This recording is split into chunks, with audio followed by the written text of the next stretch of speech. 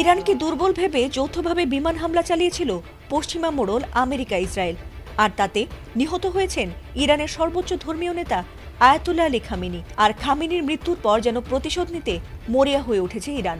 আর তারই প্রেক্ষিতে আবারও অপারেশন ট্রু প্রমিস অভিযান শুরু করে ট্রাম্প নেতানিয়াহুর রাতের ঘুম হারাম করতে একের পর এক মিসাইল হামলা চালাচ্ছে ইরান। আর তাদের মিসাইল হামলার সঙ্গে পাল্টা হামলা করেও কুলিয়ে উঠতে পারছে না দখলদার দেশ দুটি।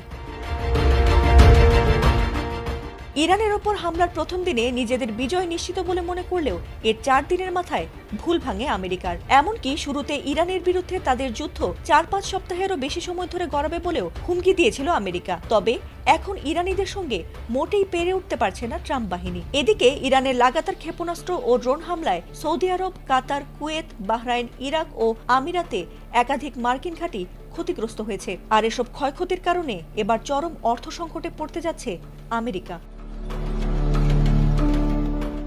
বিভিন্ন আন্তর্জাতিক সংবাদ মাধ্যমের তথ্য অনুযায়ী ইরানের পাল্টা হামলায় মাত্র 4 দিনেই প্রায় $200 কোটি বিশাল সামরিক ক্ষতির মুখে পড়েছে যুক্তরাষ্ট্র। মধ্যপ্রাচ্যের প্রায় প্রতিটি মার্কিন ঘাঁটিতেই ব্যাপক হামলা চালিয়েছে ইরান, আর তাতে আর্থিক ক্ষয়ক্ষতি বেড়েছে সবকটি ঘাঁটিতে। জানা গেছে সবচেয়ে বড় আঘাত হানা হয়েছিল কাতারের আল উদেইদ বিমান ঘাঁটিতে।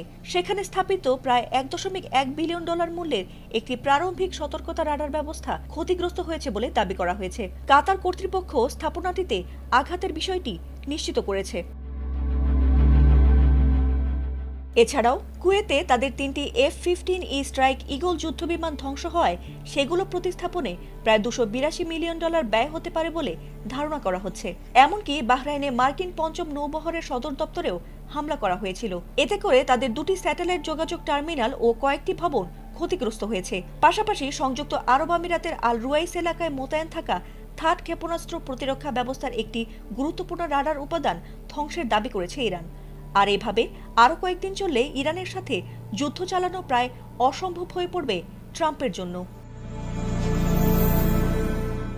ফাতিমা সুলতানা, ATN বাংলা।